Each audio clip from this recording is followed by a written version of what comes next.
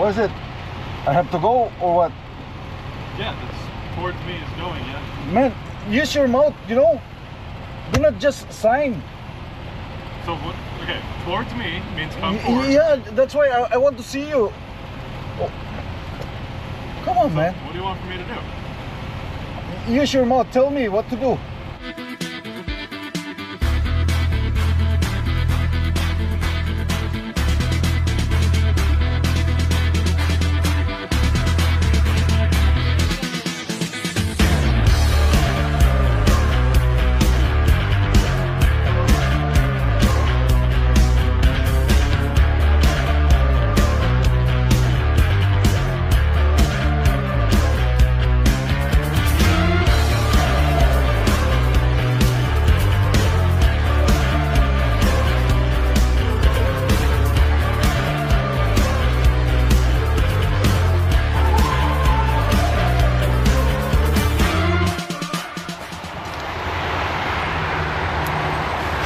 Good morning mga choy, mga chay.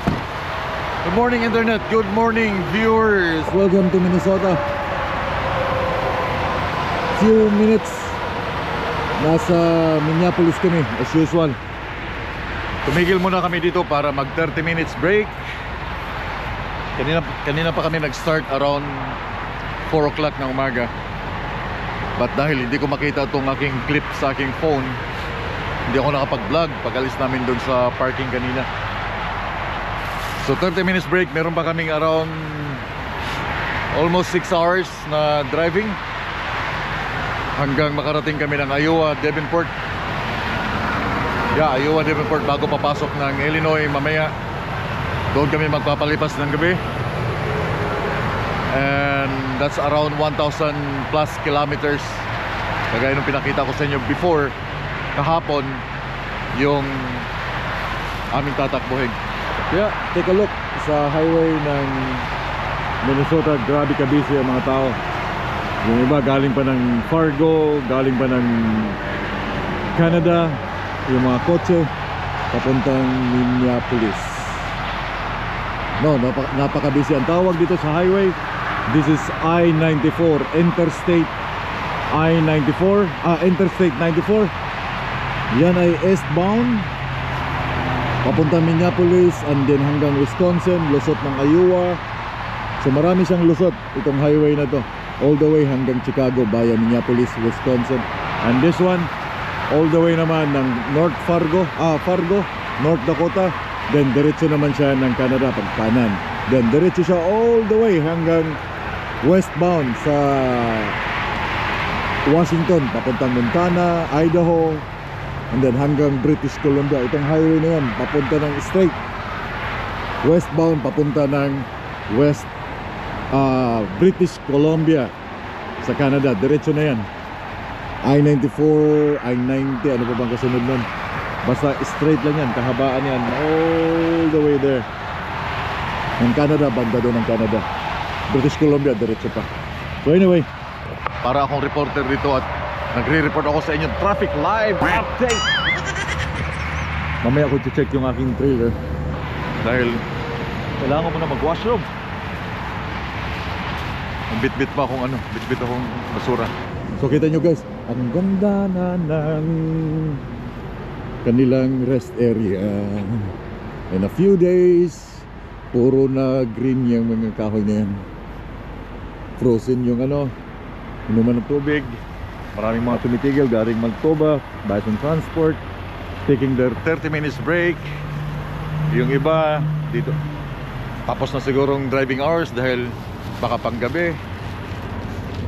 Plastic. Tara. Then yung iba mga road user na papalipas ng oras. Ang ganda nito pag summer na, green na green yung area. Ganda ng rest area nila, no? Walang wala sa Canada. Okay, ang pangalan ng rest area is Elm Creek Rest Area ng Minnesota. Maraming mga truck driver na alam kung dumadaan dito. Yung likod niya, pakita ko lang sa inyo yung likod.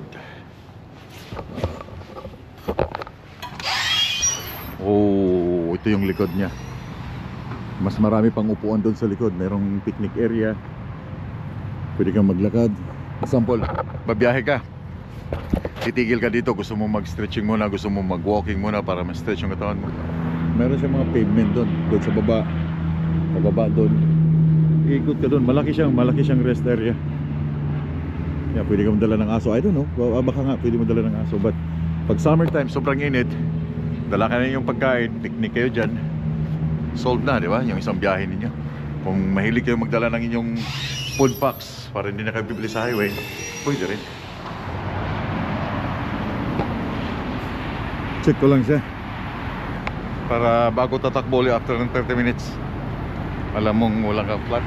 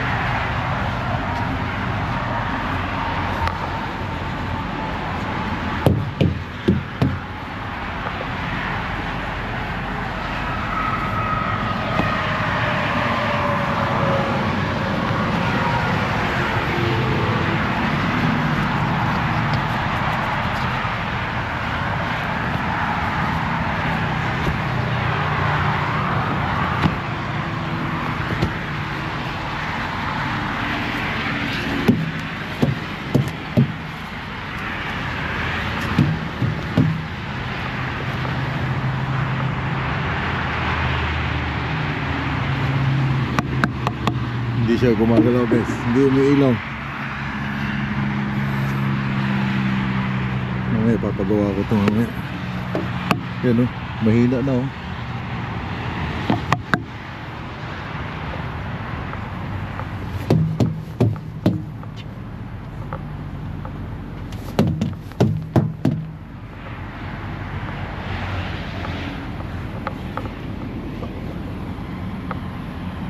Nakikita mo kung gumagalaw yung load eh. Dapat kailangan ko ng higpitan. You know what?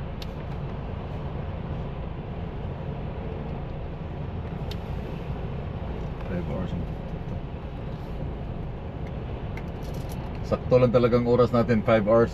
Magkano natira sa'yo? 5 hours 52 sa akin. 51 po. Sakto lang talaga sa ano, no? 591 ba ba? Di ba? Oh, 591.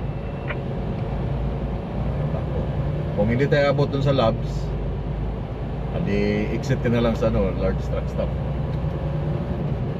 Okay.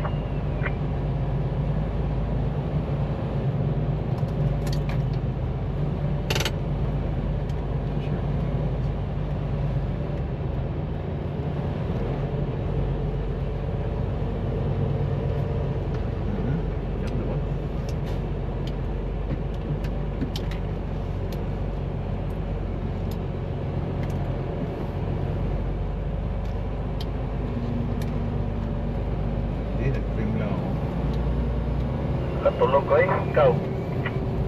Nag-washroom ako tapos ano, nagluto ako ng noodles.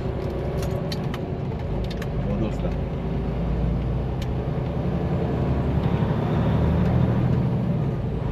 Nako, yung boiled egg, speaking of boiled egg, nung dumating kami ng linggo doon sa unang pick up namin, di ba, sa Iowa.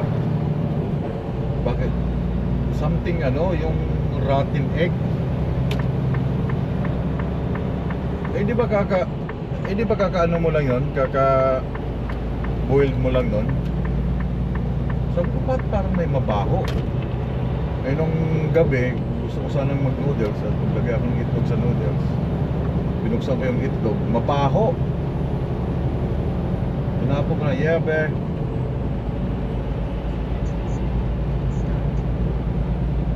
Oh really?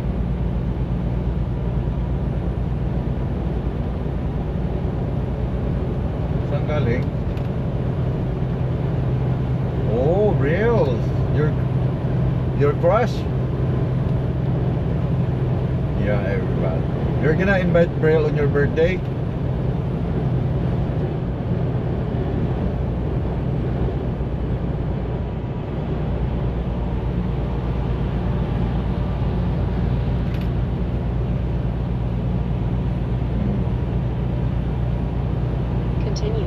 94.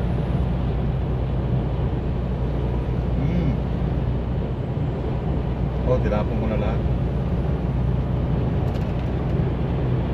Lahat ng 12, baho, mabaho. I don't know why. Yeah, I don't know why. Yo! How tayo, right? Punta naman to? Say again? Ano yan, ay? Ito. Oo. I-reroute mo na para yung GPS na sa mga. Okay, wag ka na gamit itong track GPS ba? Cellphone na ba? 28 kilometer, 10A, 169.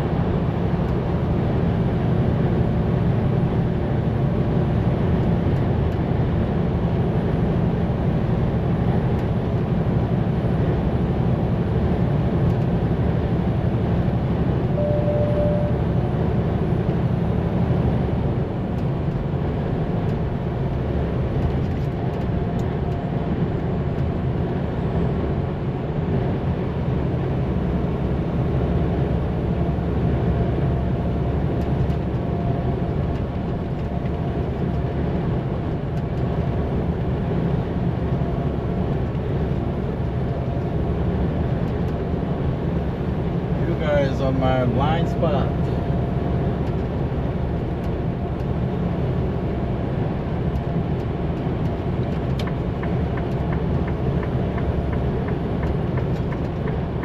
I hope you can see my lights.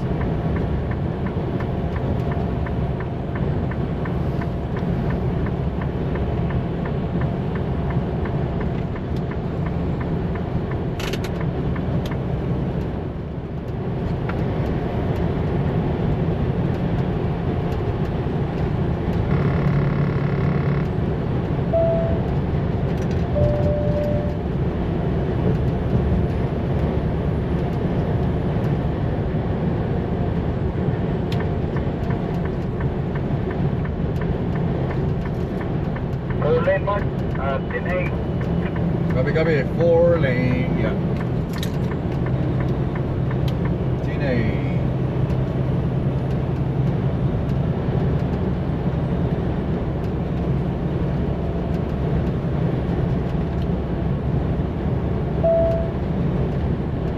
Take exit 10A on the right toward US 169 South.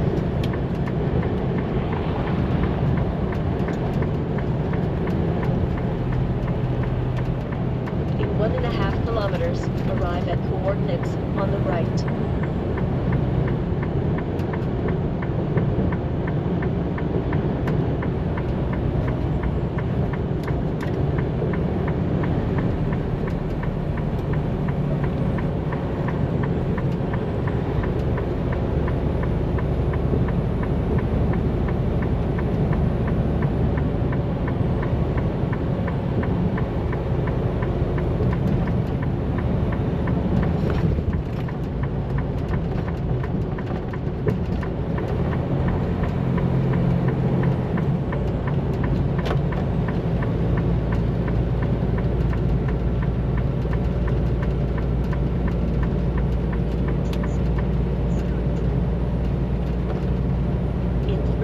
Meters, arrive at coordinates on the right.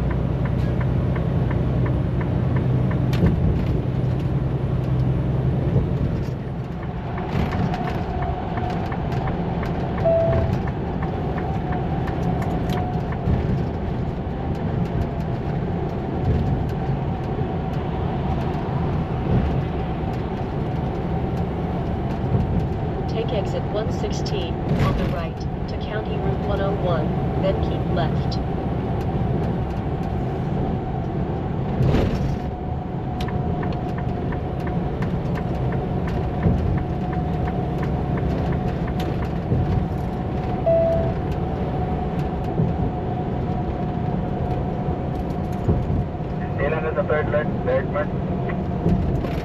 Say again? Be in the left lane.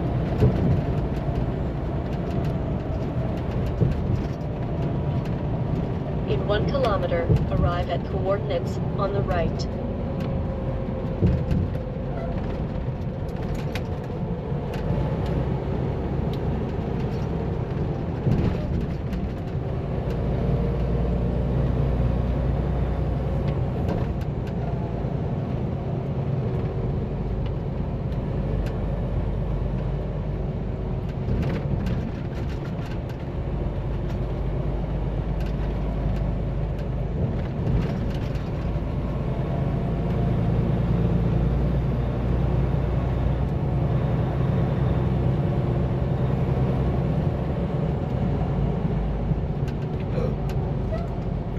Grabing kurbada.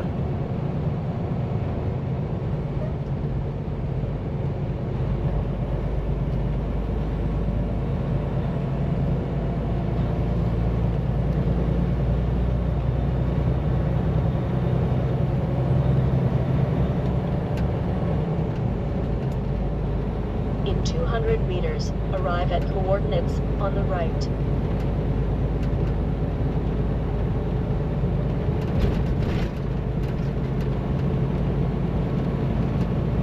Continue on the current road. Ay, mga chay, 51 minutes. 51 minutes.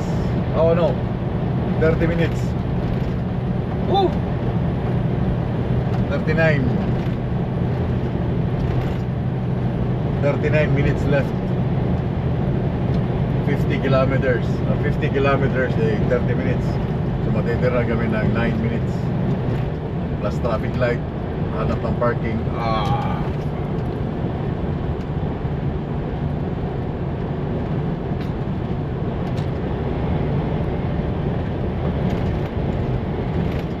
Ay, nako, short.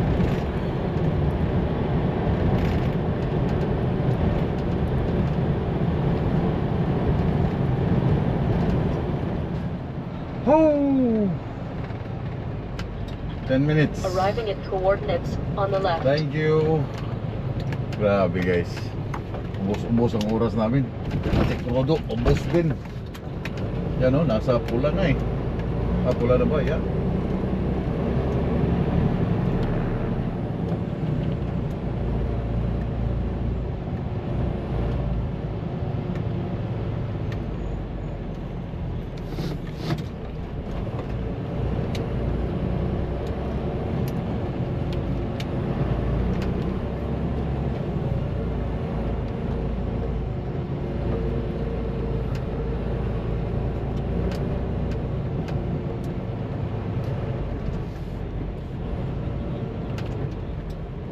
Woo! Thank you. 9 minutes. Ubos ang 1,100. 11 hours on duty. Fuel load check.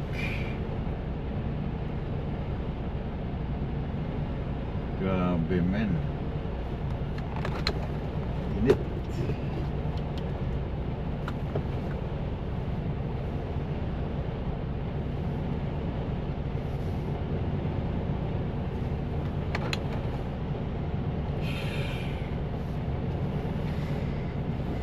Pagod.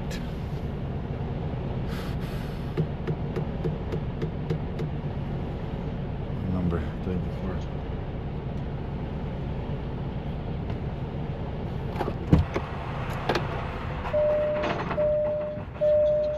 Diesel diff.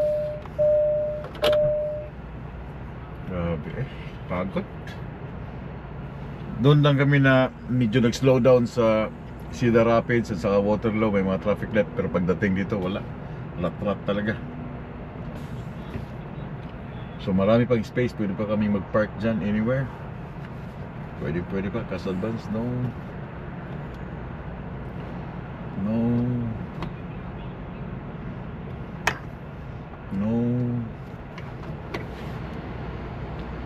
Begin fuel.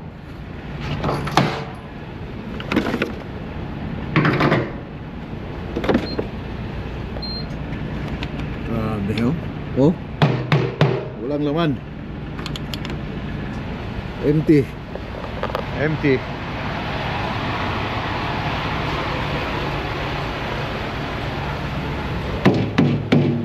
Walang laman.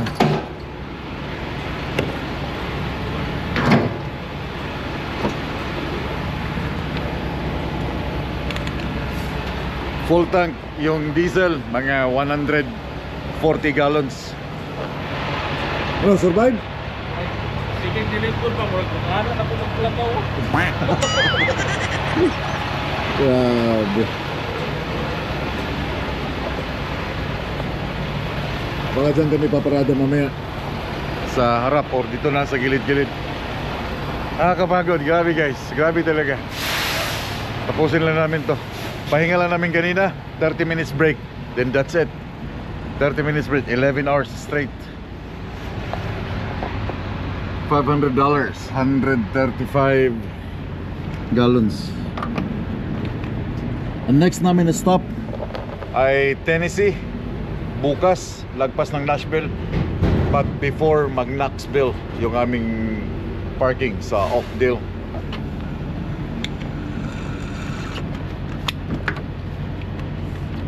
Kailangan punuin ko lang para makaabot kami sa another 1,000 kilometers bukas. Sa Canada, kaya siyang hanggang 1,200 kilometers dahil medyo mataas-taas yung driving eh. Dito, 11 hours lang talaga. Okay.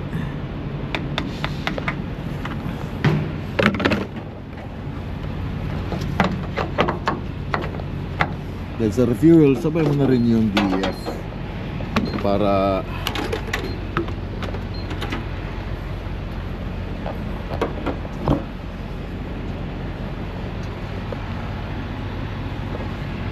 kakapagod.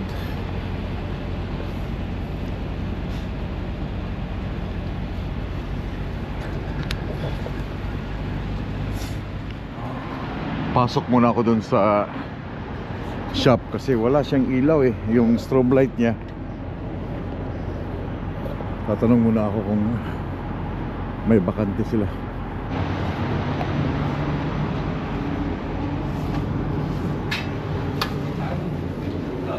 Can I check them out for these here? Or no? Yeah. Okay.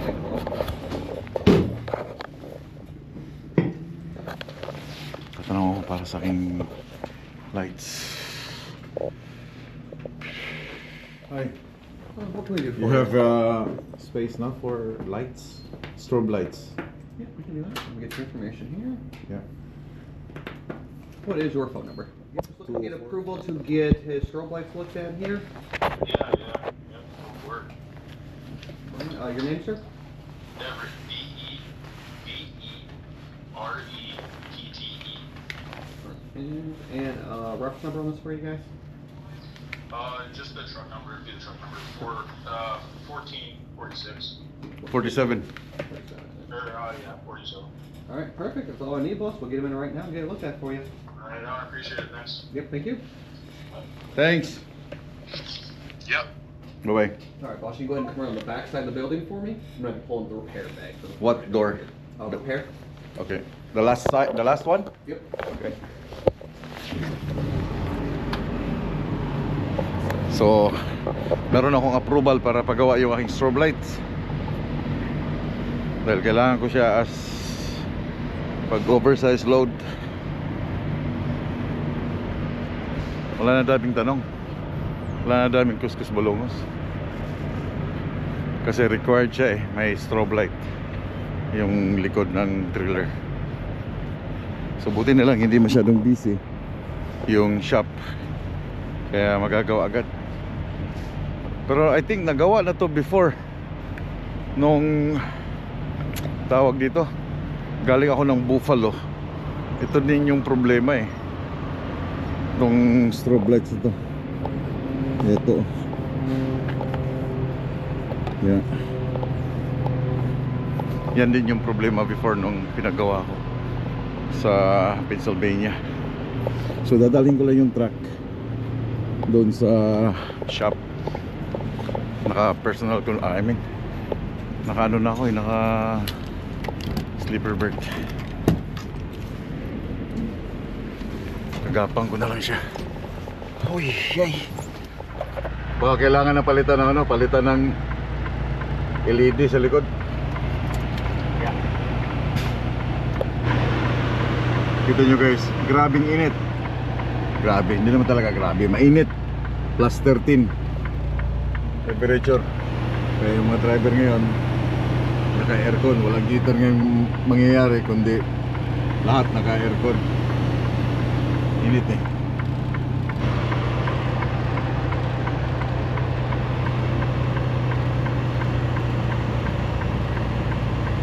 Yan ako papasok.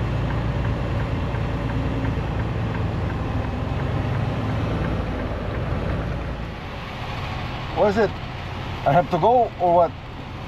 Yeah, that's towards me is going, yeah. Man, use your mouth, you know? Do not just sign. So what? Okay, towards me means come forward. Yeah, that's why I want to see you. Oh. Come on, man. What do you want for me to do? Use your mouth. Tell me what to do. Okay, pull forward. Okay, that's it. Use your mouth. Sikip-sikip po. Kita mo sikip-sikip.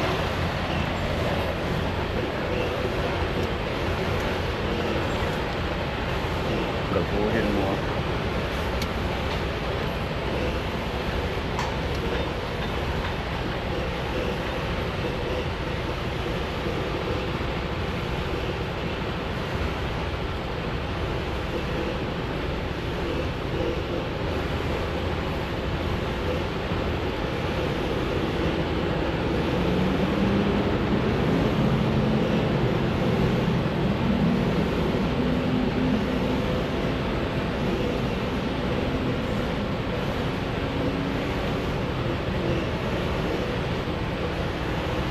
Kita mo sikip sa likod.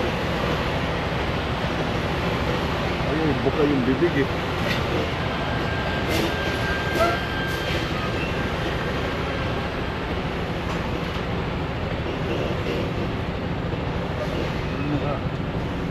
Mangot sa akin. Oh. Gamitin mo yung bibig. Go ahead and show me what light you need. Ay? Go ahead and show me what light. Yeah, strobe lights.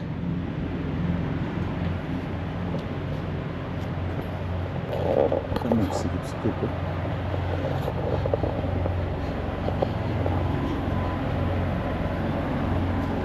This one. I'm gonna switch on. Nagalit ako kanina kasi pagpasok ko dito sa kanilang shop, siyempre yung mata mo nandun sa gilid dahil sikip eh. Pag entrada mo dun, masyadong masikip kasi may mga truck dun sa likod. Ngayon yung lalaki nagsinyas ng isang ganyan, hindi ko na makita kung ano yung sinasabi niya, ano yung sinisinyas niya. Di nagtitigan kami, parang napaka yung the way siya tumitig, parang what? Parang sabi mo what? Then ngayon nainis ako sa kanya. Kaya sabi ko, gamitin mo yung bibig mo, use your mouth. Sabihin mo kung anong gusto mong sabihin, i-guide mo ako dahil masikip. Makakadali ako dyan sa loob nila. Sabihin mo kung ano yung gusto mong sabihin sa akin, kung papabanti mo ba ako, patras. Use your mouth. Di ginamit yung bibig niya. Kaya nag-init ako dahil nga pagod ka pa nga sa biyahe. Ngayon sinyas siya, isang beses lang magsinyas. Yung bang dapat yung magsinyas na okay, diretso, kanan, wala eh. Kita siguro niyang Asyano ang kanyang ang driver. Ganun siya umasta. Parang I don't know, hirap mag-ano. Pero yeah, chine-check nila pero baka daw baterya kasi wala nang ilaw yung ano eh. Hindi na makikita yung ilaw ng tawag dito, yung strobe light. Wala na siyang ilaw sa likod. Talagang parang napupundi siya. So kung hindi battery or palitan nila ng ilaw, titingnan kung anong magiging result ng kanilang inspection.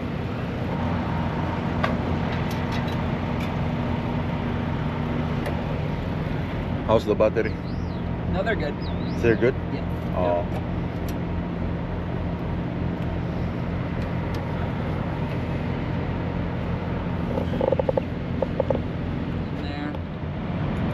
crease in between the treads, and then just push it down, Yeah.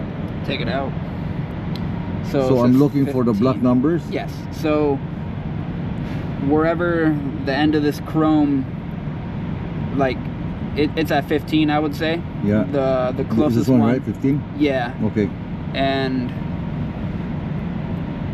I mean, it'll just be the same for everything. You can have a tire here, you can have a tire here. So that 15 is still okay?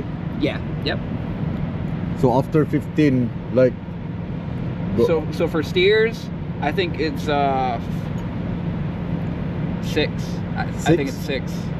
6 still okay? It might actually be even lower than that. Lower than 6? Yeah, for steers. Here? Yeah. Oh, this one's still okay? I'd have to check, but I'm pretty sure. really? These they're more strict about the steer tires. So those every other tire is 3. 3. But they're a lot more strict about the steer tires. So I'm looking for the 32, huh? Oh yeah. Yeah, I mean you have 3 is barely anything on there. Yeah. it's nothing. Yeah. So I think 15, lower than 15, 12 is okay. Yeah. 9, maybe 9. Yeah. I'm Once gonna you hit check. 6, then Need to change. DOT might say something. Okay. Yeah. But 15 is quite a bit. 15 Yeah. is pretty good. Drop that line. Tapos na daw.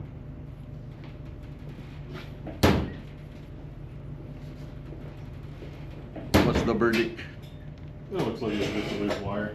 Just a wire? Yeah. It wasn't getting good power. That's why they were super dim. Oh, I see. What happened is, Just old stuff. no.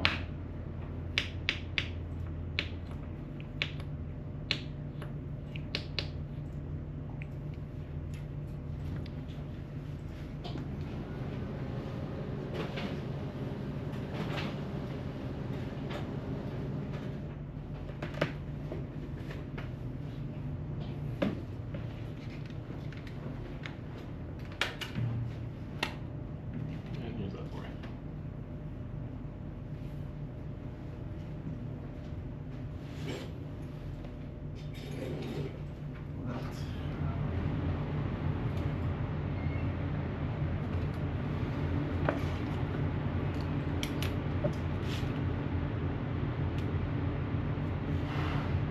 Can you open this one? I just gotta get this stuff on here.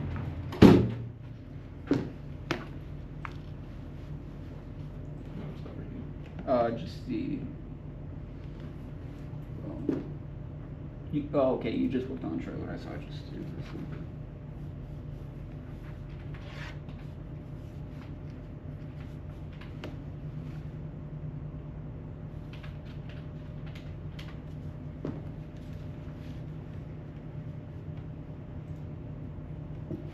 Thank you.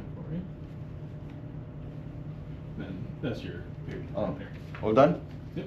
Okay, thank you.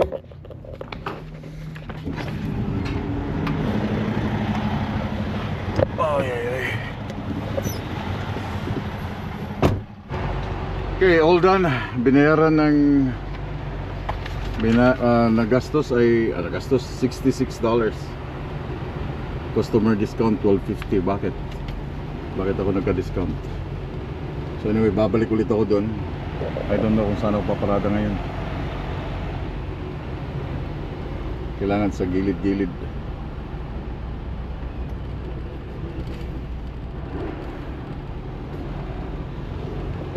Okay, nandito si Ken.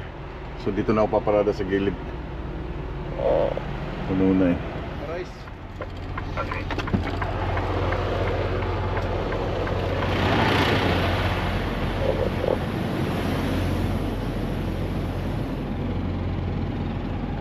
Oh, sa gilid-gilid na kami, mga chay.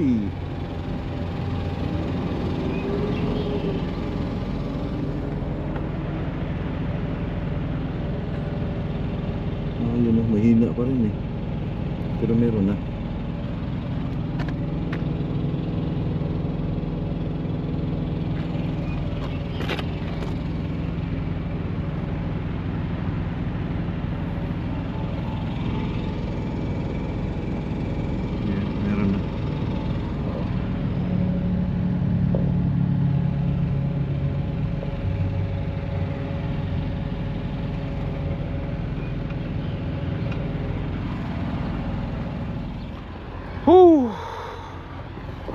So dito kami magpapalipas ng sambang araw.